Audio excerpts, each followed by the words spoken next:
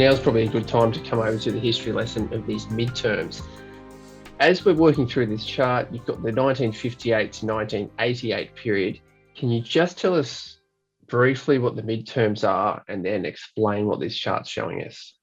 Yeah, I've sort of kind of been working backwards here. I really probably should have laid all the data out first, and then highlight the charts here. But we can jump through to that table if you want to. Yeah, well, no, we can. It's pretty obvious if we look at the charts here. Well, so those two red lines there, Chris, what they are is that they are June to October of the midterm year. So every 4 years. So this is sort of it's often referred to as the year of the bottom picker, the midterm year. There's a lot of and if you look at our 4 year presidential cycle.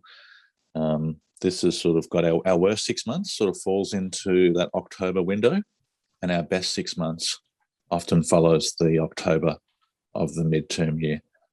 Some pretty phenomenal numbers there. I mean, one stat here, which is just amazing there on the Dow Jones, is that since 1910 to 2010 was sort of I did this research about 10 years ago, was that from the midterm year low, which is obviously the October low, to the following year, so the high in the pre-election year, so basically a high within the 14 months.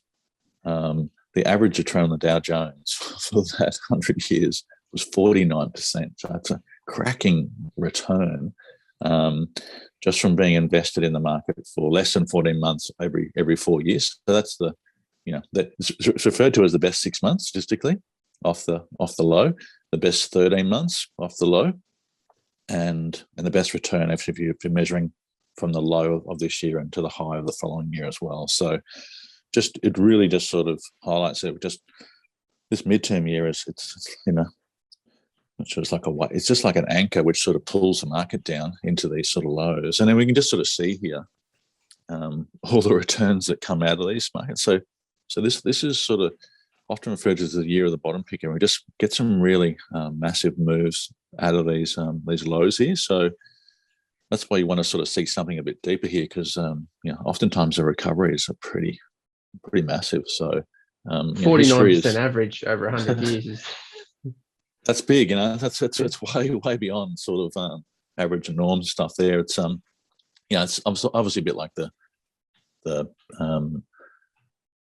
what do you call it? The sell in May. It's obviously like if you're invested from May to October versus October to May, those two different 6 months there. I think if you've invested in one of those periods, you get about 101% of all gains, whereas the other period you actually lose money for spending the 6 months. So there are some cycles within the market which are pretty interesting and some big returns. It doesn't work out every year. We can show it in the last couple of years it hasn't been as strong, but historically this is the one to keep an eye on here. If you get a deep pullback into the midterm year, into that sort of mid to late year, well, this is the one to be. So you need to have a little bit of powder dry, and you need to be able to weather that sort of 6 months prior to the October, which is we're right on that. Right now, we've stepped into that doorstep already, so we're 1 month in. So it's but this is a risky period here. So it's all in front of us here. And if you look at some of this, I've highlighted 82 to 2010, looked at 94 through to 2022 as well. So the only thing we're just on screen, we'll hold that for a second. The 82 to 2010, you highlighted sort of some 3 large, long, and 1 short, sharp rally into it. And so it goes back to 58 to 88. If you go back to 1910 as well, if you've got historical data there, you can you'll see this just really, really strong sort of flow there. But the thing about this chart is that most interesting for me is the last 2 years, the last 2 cycles, they haven't been that fantastic. They've been okay, but in terms of looking at previous periods, not as phenomenal as most of the other midterm years. So the last 2 have probably been average midterm year lows, if that. I think actually last year the October was actually the high, wasn't actually a low. Did swing back down and then go back up again. But But just those haven't been as strong here. And the one thing I've learned about cycles over the years is that the strongest cycles there, if they get out of whack for 1 year, they tend to stay out of whack for a following year, and then they go back to normality. So if sort of we had 2 less than average years here, so kind of maybe out of whack, the next one we should be going back into normality is sort of what the theory. I think Peter Iliadis, who I consider one of the best cycle guys, that was sort of, he always spoke about that. And from what I've seen in the past here, with looking at 60-year and 20-year and decade cycles, I tend to agree. I think it's one of those things that if it doesn't work 1 year, it won't work the following year, and then it will sort of work again. So yeah, so it's all adding up here for a bit of a deep pullback here into this this sort of June, October window. And then we could see some exciting moves out the other side. Some of the stats are pretty amazing, really, from the midterm years as well.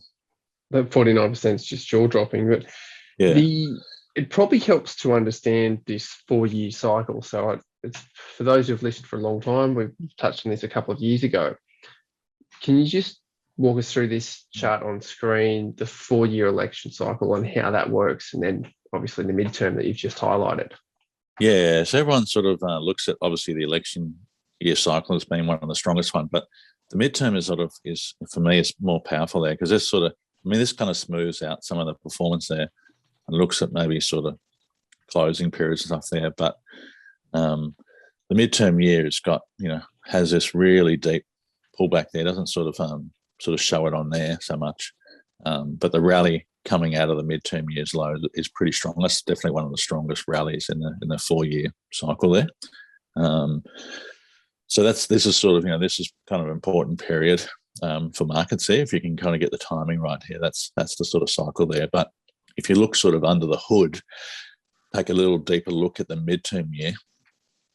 And I looked at it back in 2010. I did a research piece there, or might have actually been a couple of years later there. But just looking back at 2010, or looking back sort of 30 years there, what was pretty interesting was the drop intra-year. So over that sort of 2010 to 82, the average drop on the Dow was around 16.6%. So pretty deep there. I mean, there was like a couple of 22s and a 32% drop in those periods there.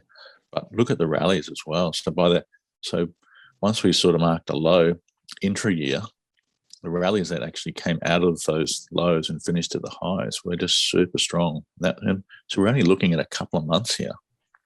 So if you can nail this sort of low here, the rally by the end of the year could be quite phenomenal. So the Christmas rally this year could be really on. We haven't had a really good Christmas rally for a long time. So that cycle's sort of been off skew for a couple of years.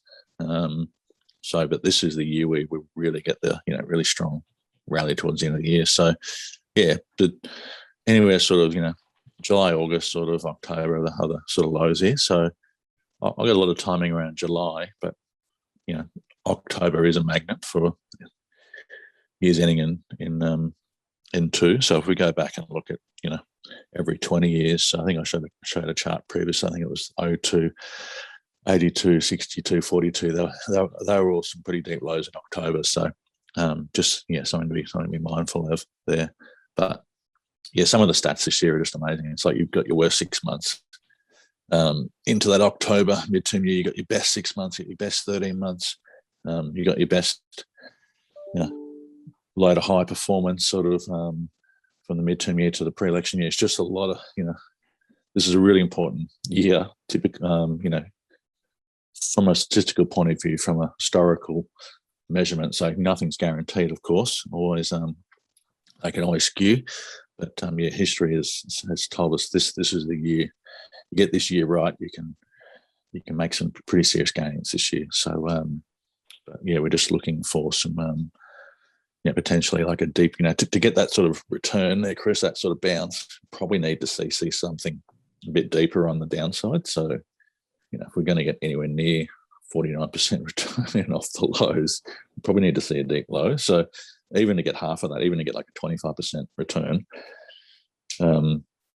we'd need to see something deep here. So just history has sort of has indicated that this 4-year cycle just tends to pull markets down in there a lot of the time. Not all the time. The last couple haven't been predominant, but I think there's a high chance of it actually happening again. Just looking at what's happening here at the moment. Well, that's got something. We're looking for another hit in the market, but if we do, then we can kind of be looking forward to the potential for a really solid rally, like you're saying, return to this normality that has held for kind of a century. Yeah,